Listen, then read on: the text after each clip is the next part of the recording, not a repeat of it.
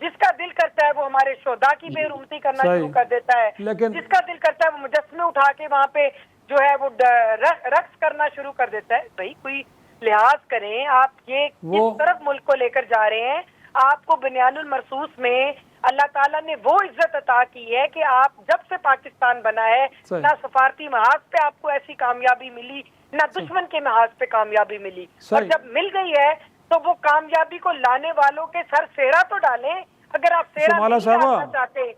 شمالہ صاحبہ, وہ انفیکٹ اگر آپ نے اسلم غوری صاحب کی بات سنی, وہ کہہ رہے ہیں کہ امتیاز نہ برتیں. گویا کہ آپ نے دیکھا ہے کہ زیارت کے اندر گویا کہ 30-35 پولیس اہلکار شہید ہوئے, ان کے ورثاء کئی دنوں تک لاشیں لے کے کوئٹہ میں بیٹھے رہے. نہ ملک کا پرائم منسٹر گیا, نہ پریزیڈنٹ گیا, نہ بلاول صاحب گئے, نہ نواز شریف صاحب گئے. وہ بھی قوم کے شہداء ہیں نا. تو ظاہر سی بات ہے جب اس طرح کا طرز عمل دیکھنے کو ملتا ہے تو لوگ کہتے ہیں کہ شاید آپ ڈسکریمنیٹ کر رہے ہیں. شہداء سب کے ہیں, اس میں کوئی شک نہیں ہے, انہوں نے دفاع وطن کے لیے قربانیاں دی ہیں, تو سب کو اسی طرح ٹریٹ کرنا چاہیے جیسے باقیوں کو کیا جاتا ہے. تو آپ کو لگتا نہیں کہ یہ آرگومنٹ تو ان کا بڑا ٹھیک ہے؟ دیکھیے بات یہ ہے کہ جو بھی فورسز ہوں گی, جو باوردی شخص ہوگا اور ملک کے لیے جان اپنی کا نذرانہ پیش کرتے ہوئے جامع شہادت نوش کرے گا, وہ ہمارے سر کا تاج ہے, وہ سر آنکھوں پہ ہے. جو شخص اپنی جان کو خطرے میں ڈال کر ملک کی حفاظت کرے گا, وہ چاہے پاک فوج کا جوان ہو, وہ پولیس کا ہو, وہ ایلیٹ کا ہو, وہ رینجرز کا ہو, وہ کسی کا بری بحری فضائی فوج کا ہو, ہم اس کے خراج عقیدت پیش کریں گے. اور بات یہ ہے کہ وزیر اعظم کا کہیں بھی پیچھے نہیں ہٹے.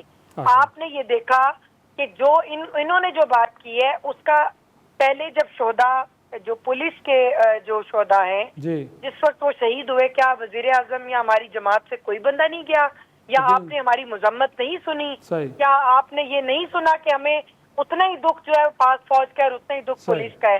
ہمارے جوان ہیں, یہ وہ ہماری سرحدوں کی حفاظت کرتے ہیں, یہ امن اور جو قانون کی حفاظت کرتے ہیں, یہ امن لے کر آتے ہیں, یہ ہماری جان و مال کی حفاظت کرتے ہیں.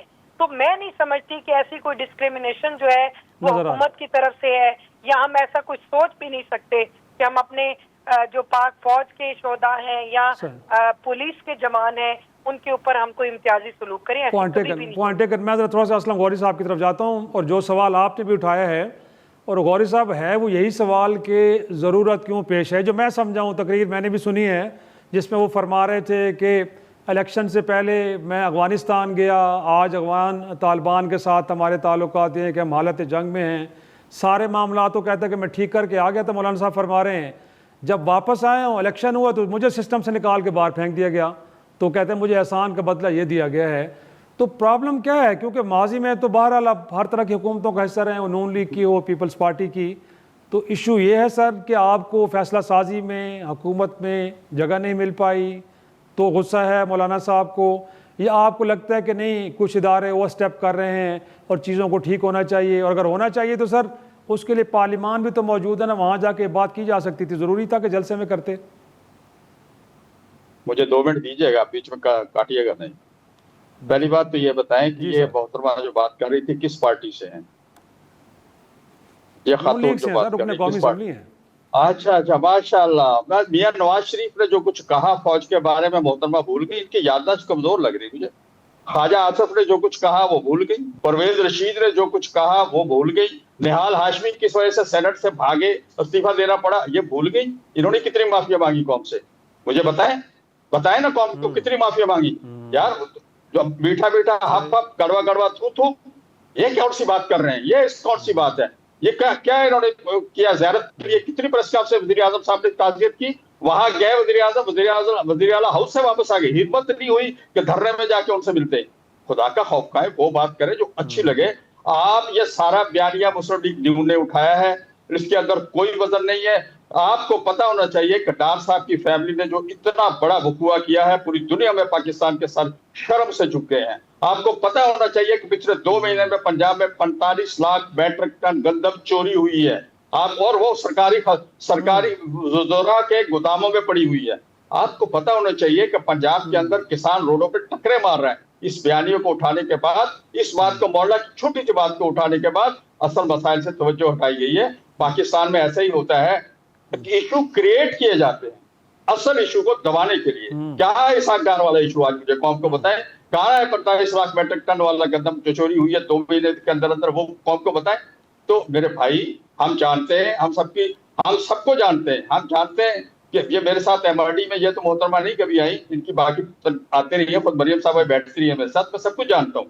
ہمارا منہ نہ کھلوائے, ہم سب کی عزت اور احترام سے بات کر رہے ہیں. مولانا فضل الرحمان نے کوئی ایسی بات نہیں کی, میں بار بار کہہ رہا ہوں, جب ہم بار بار کہہ رہے ہیں کہ مولانا صاحب نے کوئی ایسی بات نہیں کی, ہم شہدا ہم سب کے ہیں, ہم سب کے شہدا ہیں. شہدا کسی ادارے یا کسی پارٹی کے یا حکومت کے نہیں ہیں, ہم سب کے شہدا ہیں. شہدا اگر پولیس کا ہے تو وہ بھی میرا ہے, شہدا اگر رینجر کا ہے تو وہ بھی میرا ہے, شہدا اگر فوج کا ہے تو وہ بھی میرا ہے, شہدا اگر ایف سی کا ہے تو وہ بھی میرا ہے, اور میرے اگر سویلین 2000 آدمی شہید ہوئے کے پی کے میں تو وہ بھی شہدا ہیں.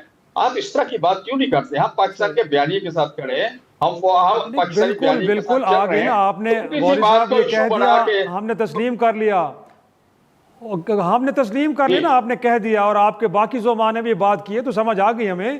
بٹ پرابلم کیا ہے سر, وہ تو بتائیں. لوگ یہ کہہ رہے ہیں کہ پی ڈی ایم کی صدارت دی مولانا صاحب کو, پی ڈی ایم نے گویا کہ تحریک انصاف کو گھر بھجوایا. آج پی ڈی ایم کی تمام جماعتیں حکومت میں ہیں اور مولانا صاحب اپوزیشن بینچوں پہ بیٹھے ہیں, تو کہتے ہیں پرابلم یہی ہے جس وجہ سے مولانا صاحب ان سے پوچھے نا ایسا کیوں ہے, ان سے پوچھے نا. تحریک ہم چلائیں, ہم کراچی سے جلوس لے کے ہم آئے, آزادی مارچ ہم چلائیں. بتی چوک میں جب ہم بیٹھے تھے, ان کا یو سی کا کارکن بھی نہیں آیا تھا.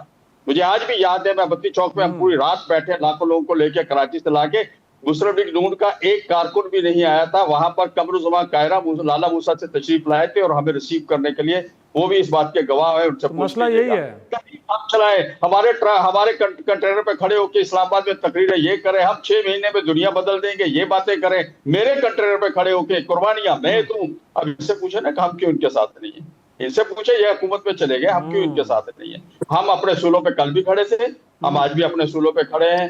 ہمیں سودے بازی کی نہ حکومت چاہیے, نہ 2 نمبری کی حکومت چاہیے. اگر 2018 کے انتخابات کو ہم ریگنگ کہتے ہیں, جعلی کہتے ہیں, فراڈ کہتے ہیں, تو 2024 کے انتخابات بھی جعلی بھی ہیں, فراڈ بھی ہیں, ریگنگ بھی ہوئی ہے. اس کے نتیجے میں پڑنے والی ساری حکومتیں جتنی بھی ہیں وہ جعلی. ٹھیک ہے منتخب صاحب, انفیکٹ جو جی بہتر ہو گیا. پارلیمان کے بارے میں تو جو ان کی رائے ہے, وہ پارلیمان کے اندر اپنی سپیچز میں بھی وہ کہہ چکے ہیں مولانا صاحب کہ کہاں سے پارلیمان کنٹرول ہو رہی ہے. ایک جملہ مجھے, ایک جملہ جب 27ویں صاحب, ایک جملہ جی آپ کی بات کے جملے میں ایک جملہ کہنا چاہ رہا ہوں, مندو خیر صاحب کو دیں. پارلیمنٹ کے اندر پچھلے 1 سال سے مولانا صاحب کی کون سی تقریر بار آن ایئر گئی ہے؟ کوئی چلائی ہے انہوں نے؟ میرا اگر سندھ میں جلسہ ہوتا ہے کراچی میں تو وہ میڈیا پہ چلا ہے. اگر میرا پشین میں جلسہ ہوتا ہے میڈیا پہ تو وہ چلا ہے. اگر میرا چارسدہ میں جلسہ ہوتا ہے تو میڈیا پہ چلا ہے. اگر میرا قصور میں جلسہ ہوتا ہے تو میڈیا میں چلا ہے. اور میں ایک بات اور آخری کہنا چاہ رہا ہوں مندو خیر صاحب کے لیے بھی, آپ کے لیے بھی, یہ سارے جلسوں کی ویڈیو آپ منگوا لیں, اگر نہیں ہے تو میں بھیج دیتا ہوں. مولانا صاحب نے ہر جگہ ایک ہی بات کی ہے, قصور میں کوئی انوکھی بات نہیں کی ہے. بڑی دلچسپ گفتگو جاری ہے ناظرین, ایک چھوٹے سے بریک کے بعد واپس پروگرام میں ایک بار پھر خوش آمدید. مندو خیر صاحب, انفیکٹ جب 26ویں 27ویں ترمیم پہ مولانا صاحب تقریر کرتے ہیں وہ تو دکھاتے ہیں سر, جہاں پہ وہ آپ کو سپورٹ کرتے ہیں تو وہاں پہ آپ کو لگتا ہے کہ مولانا سے بڑا مدبر سیاستدان کوئی نہیں ہے. آپ کو یاد ہے جب 26ویں ترمیم ہوئی تھی, گویا کہ بلاول صاحب جب تقریر میں کوئی 25 بار مولانا صاحب کا نام لیا تھا کہ بیکاز آف مولانا صاحب یہ ممکن ہوا ہے, بیکاز آف مولانا صاحب بڑے مدبر سیاستدان ہیں. سر آج آپ نے ان کو اکیلا چھوڑ دیا ہے, پنجاب کی اسمبلی ان کے خلاف قراردادیں منظور کر رہی ہے, کوئی جا کے ان کے خلاف مقدمات بنانے کی بات کر رہا ہے, کوئی انہیں غدار قرار دے رہا ہے. سر زرداری صاحب کے ساتھ تو بڑے اچھے تعلقات ہیں, تو کم از کم جو آپ بات کریں کہ آگے بڑھنا چاہیے تو اس کے لیے انگیج تو کرنا پڑے گا نا سر, تھوڑا سا جا کے بات کرنی پڑے گی. جی مولانا صاحب کس بات پہ ڈسٹرب ہیں آپ؟ دیکھیے آپ کی جو الفاظ کے مولانا صاحب کو میں آج بھی زیارت سیاستدان سمجھتا ہوں. مولانا صاحب کو آج بھی جو ہے ایک اصول پرست اور ایک عالم دین سمجھتا ہوں. اور 26ویں ترمیم میں جو مولانا صاحب نے کردار ادا کی ہے, وہ کی پی ٹی آئی نہیں مانتے ہیں کہ ان کو ان بورڈ لے کے 26ویں ترمیم مولانا صاحب کی بدولت بلاول صاحب نے یہ منظور کرا ہے, اس میں کوئی شک نہیں ہے. باقی جو بات آپ نے کی ہے کہ پی ڈی ایم کے دور میں یقیناً مولانا صاحب پی ڈی ایم کے صدر تھے, لیکن جو بعض میڈیا ہے یا آپ کی ذہن میں بھی سوال ہے کہ ہم نے ان کے ساتھ کوئی کمٹمنٹ کی ہے. پوری صاحب بتا دیں کہ پیپلز پارٹی نے کوئی کمٹمنٹ کی, ہم نے کوئی کمٹمنٹ نہیں کی ہے کہ آپ کو صدر پاکستان بنائیں گے, وزیر اعظم بنائیں گے, جو بنائیں گے. ہم روز کہتے ہیں, ہر جگہ پہ کہتے ہیں. اور دوسری بات یہ کہ جو آپ یہ سمجھ رہے کہ مولانا صاحب وہ ہمارے ساتھ تھے اور اب نہیں ہے، تو یہ سوال تو ہم سے تو نہیں بنتا یہ سارا. اور یقیناً آپ کی اس بات میں وزن ہے کہ مولانا صاحب کو آپ نے پوچھا نہیں. ہم نے پوچھا ہے، بالکل پوچھا ہے. ابھی کشمیر کے الیکشن میں ہم اور مولانا صاحب اکٹھے ہیں، اور مولانا صاحب ہمیشہ پیپلز پارٹی کے رہنماؤں کی اور پیپلز پارٹی کے رہنما مولانا صاحب کی عزت کرتے ہیں. اس میں تو کوئی دوسری رائے نہیں ہے نا اس حوالے سے. لیکن سوال یہ کہ یہ ساری چیزوں کو کر کے جو اسلم غوری صاحب نے بات دہرائی ہے کہ نواز شریف صاحب نے کیا کہا ماضی میں، بدقسمتی سے ایک شخص جو ماضی میں گالیاں دیتا تھا، برا بھلا کہتا تھا، آج وہ ملک کا وزیر دفاع ہے. اور پھر اس کے بعد پرویز رشید کا، اور پھر یہ جو گورنر سندھ ہے ان کی ویڈیو تو آج بھی موجود ہے فوج کے بارے میں. تو یہ ساری چیزیں تو اگر کسی کی یادداشت کمزور ہے یا کل وہ سیاست میں آئے اور اسے نہیں دیکھا تو اس میں ہمارا قصور تو نہیں ہے. یہ لوگ ملک کی دفاع کریں گے، یہ لوگ ملک کی حفاظت کریں گے جس کا نہ کوئی دین ہے، نہ کوئی ایمان ہے، نہ کوئی اصول ہے، نہ کوئی خطہ ہے، نہ کوئی منزل ہے. تو میں یہ سمجھ رہا ہوں ان ساری چیزوں کو اس کے باوجود میں یہ کہوں گا مولانا صاحب اسمبلی کے ممبر ہے اور اسمبلی کے فلور پہ یقیناً یہ سوال ان سے ہوگا، یقیناً یہ سوال باقی ممبران اٹھائیں گے. اور مجھے پورا یقین ہے کہ مولانا صاحب اس کو بہتر انداز میں اس کو جواب دیں گے. تو میں یہ کہنا چاہ رہا ہوں کہ اس چیز کو ختم کر کے آگے بڑھنا چاہیے. جو اس وقت جو بلوچستان جل رہا ہے، پختونخوا جل رہا ہے، اور خاص طور پہ کشمیر جل رہا ہے، اور کشمیر جلنے کے ساتھ ملک کے وزیر دفاع جس کشمیر کے لیے ہم نے 5 جنگیں لڑی ہے اس کے بارے میں کہتے ہیں کہ یہ راولہ کوٹ تو آزاد کشمیر کا حصہ ہی نہیں ہے، وہاں کے رہنے والے کشمیری نہیں ہے. جبکہ نواز شریف اور شہباز شریف یہ خاندان کا تعلق ہی کشمیر سے ہے، یہ بیسکلی کشمیری ہے. تو میں یہ سمجھ رہا ہوں کہ اس طرح جلتی پہ تیل چڑکنا. پھر رانا ثناءاللہ کی جو ویڈیو بھی آپ کی نظر سے گزری ہوگی کہ یہ پنجاب کی سیٹیں تو میری جیب میں، یہ 12 اور میں تو اپنی انتظامیہ کے ساتھ بٹھا کے امیدواروں کو یہ سیٹ جیت سکتا ہے. یقیناً اس نے CCD کا نام نہیں لیا ہے کہ CCD کے پریشر سے، ان کی دباؤ سے اور ان کی بدماشی سے ہم یہ 12 سیٹیں تو کہیں بھی نہیں جاتے، ہم حاصل کر لیں گے. لیکن میں آپ کی توسط سے شرازی صاحب کہنا چاہ رہا ہوں کہ مسلم لیگ نون کو ہوش کے ناخن لینا چاہیے. کشمیر ایک متنازع علاقہ ہے، آپ مانو یا نہ مانو. اس کشمیر میں جہاں ہندوستان، جہاں ہمارے دشمن ملک کا نظر ہے، وہاں بھی اگر آپ نے لاہور کی طرح، پنجاب کی طرح 2 نمبری اور فارم 47 کا سوچا، آپ یقین کریں گے کہ پیپلز پارٹی کے تمام پاکستان بھر کے جالے جو نا وہ کشمیری عوام کے ساتھ سراپا احتجاج ہوگا. ہم نے GB کے الیکشن برداشت کیے، آپ نے وہاں بھی ڈرامہ کیے، آپ نے وہاں بھی بدماشی دکھائی، آپ نے وہاں بھی 2 نمبری دکھائی. ایک بغل وہ کہتا ہے نا منہ میں رام رام بغل میں چوری، ایک طرف وزیر اعظم دے رہے مبارکباد اور دوسری طرف 2 نمبری چل رہی ہے ہمارے خلاف. اور ان کا جو حفیظ الرحمان ہے میرے ساتھ ایک شو میں، تو انہوں نے کہا شہباز شریف تو ہمارا صدر ہی نہیں ہے، ہمارا تو نواز شریف ہے. یعنی وہ غلط کہہ رہے، سیٹیں ہماری ہے. 2 گھنٹے کے اندر جب رزلٹ پولنگ بند ہو گیا 7 تاریخ کو، ہماری 9 سیٹیں تھی اور نون لیگ کے 2 سیٹیں، اور 8 دن ان کو رزلٹ کو جو نا گھما پھرا کے ڈیلے کیے. ہم اسی 9 پہ کھڑے اور نون لیگ 6 پہ چلی گئی. پھر جو 4 آزاد امیدواروں کے ساتھ ہماری بات ہو چکی تھی. اور یقیناً پاکستان کا تاریخ یہ بتا رہے کہ ہر وقت آزاد امیدواران چلتی گاڑی میں سفر کرتے ہیں، اس گاڑی میں سفر نہیں کرتے جس کا نہ کوئی ٹائر نہ کوئی انجن. IPP کی بات کر رہا ہوں، ایک سیٹ جسے نہیں جیتا ہو اس میں شمولیت. یہ بھی ایک مشکوک، اور ان پہ پتہ چل رہا ہے کہ وہ کہاں سے پریشر کر کے. اور یقیناً وہ جو MP ہے وہ کل کا اپنے آواز اٹھائیں گے کہ مجھے فلانے نے بولا، مجبوری میں ہم نے IPP شمولیت کر لیے. تو میں یہ سمجھ رہا ہوں ان چیزوں کو سارے چھوڑ کے، ان 2 نمبریوں کو، ان فارم 47 کا چھوڑ کے کشمیر کا الیکشن، میں کہتا ہوں کہ اگر ایکشن کمیٹی جیت جائے تو کیا فرق پڑے گا، IPP جیت جائے تو کیا پڑے گا، PTI جیت جائے تو کیا پڑے گا، مولانا صاحب کی پارٹی نون کوئی بھی جیتے سر، ساری ملک کی جماعت پڑے گا، سارے کیا فرق پڑے گا کہ اگر کشمیر کے الیکشن کوئی بھی پارٹی جیتے. آپ نے یہ سوچ کے رکھا ہے کہ میں وفاقی حکومت میں، لہٰذا میری بدماشی چلے گی GP اور کشمیر میں ہم ہی اپنی حکومت لیں گے. یہ خیال آپ دل سے نکال دے اور یہ آپ کو بڑا مہنگا پڑے گا. ناظرین، پروگرام ایک چھوٹا سا بریک، واپس آتے ہیں، گفتگو کے سلسلے کو آگے بڑھائیں گے. پروگرام ایک بار پھر خوش آمدید. جمالہ صاحبہ، آپ تو مولانا صاحب کو بھول گئے ہیں. یہ تو اتحادیوں کی جانب سے اتنی بڑی چارج شیٹ آ گئی، وہ کہہ رہے ہیں کہ نئی فالٹ لائنز کریٹ نہ کریں. اور مولانا صاحب کے بارے میں بھی شہباز شریف کہتے ہیں کہ بند کمرے میں ان کے ساتھ بڑی راز و نیاز کی باتیں کرتے ہیں. تو اب یہ مقدمات بنائیں گے یا ان کو جادو کی جفی ڈالیں گے اور معاملات کو حل کرنے کی کوشش کریں گے؟ کیا آپ نے سوچا ہے؟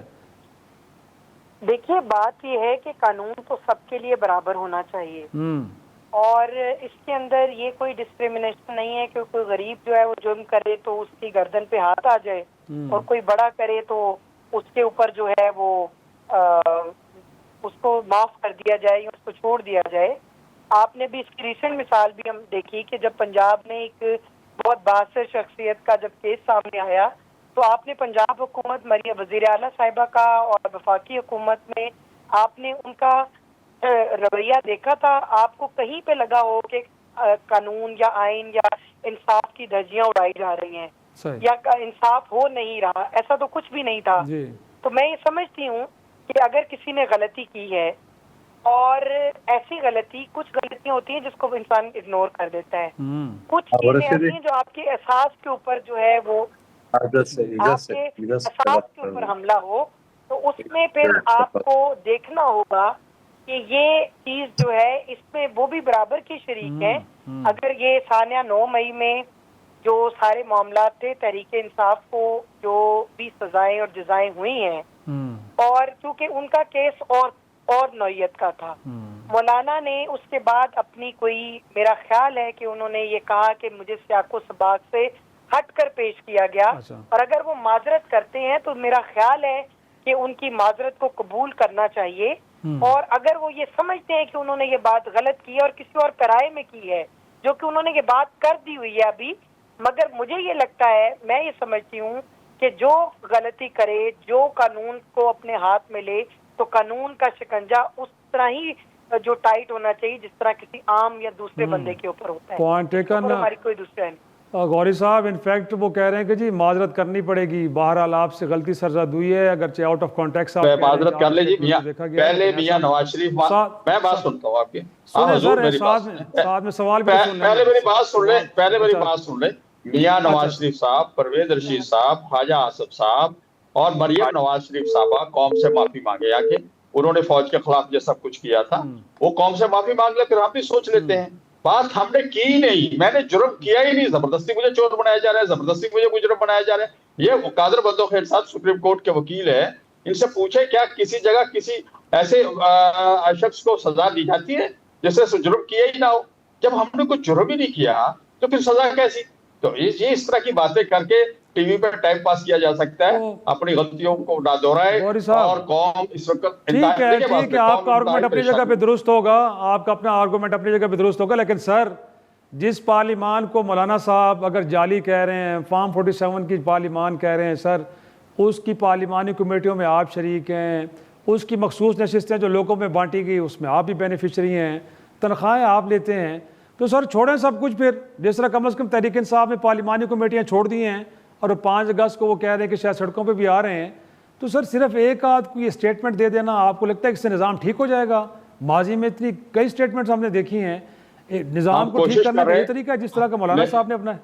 جی شرائی صاحب، ہم کوشش کر رہے ہیں نظام ٹھیک ہو جائے، ہم ان کو سمجھا رہے ہیں، اور اگر ہمیں پارلیمنٹ چھوڑنی پڑی تو ہم چھوڑ دیں گے. پارلیمنٹ میرے لیے کوئی حیثیت نہیں رکھتی. میں اگر کوئی سمجھے کہ مجھے پارلیمنٹ چھوڑنی پڑی تو میں تو ہم تو پہلے ہی کہتے ہیں کہ ایوان نہیں میدان، ہم تو میدان سجا چکے ہیں، میدانوں میں ہیں. ہم نے قصور کے بعد انشاءاللہ اگلا بھی پنجاب میں کریں گے. اور میری تو کوشش یہ ہے کہ میں نے پارٹی کو مشورہ بھی دیا ہے کہ پنجاب کے ہر ڈویژن میں کریں گے. ہم سب جگہوں پہ کر لیا، کسی نے اعتراض نہیں کیا. ہم نے بلوچستان میں ساری جگہوں پہ کر لیا، ہم نے KPK میں کر لیا. تو اب انشاءاللہ ہمارا ٹارگٹ پنجاب ہے، تو ان کی چیخیں نکلنی چاہیے، اور نکلیں گی ان کی چیخیں. انشاءاللہ ہم پنجاب کے اندر داخل ہو رہے ہیں. باقی رہ گیا بات یہ کہ اگر ہم پارلیمنٹ میں جب تک ہیں، ہم ہر اس کام، غلط کام کے راستے میں رکاوٹ ہے.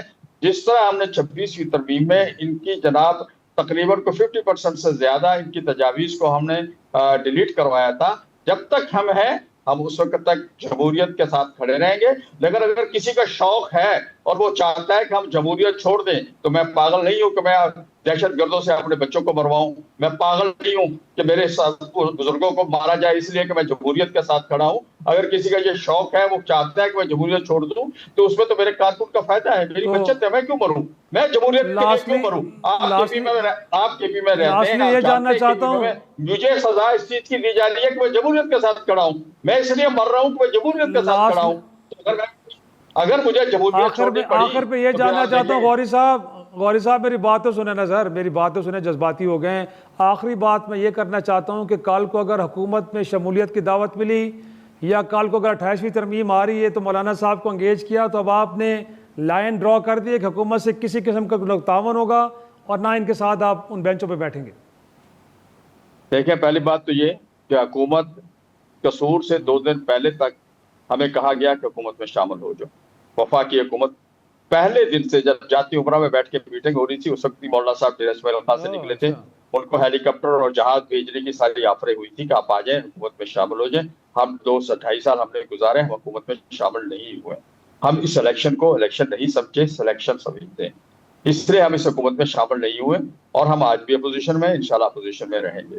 باقی بات آپ نے کی 28ویں ترمیم کی, اگر 28ویں ترمیم آئے گی تو دیکھیں گے.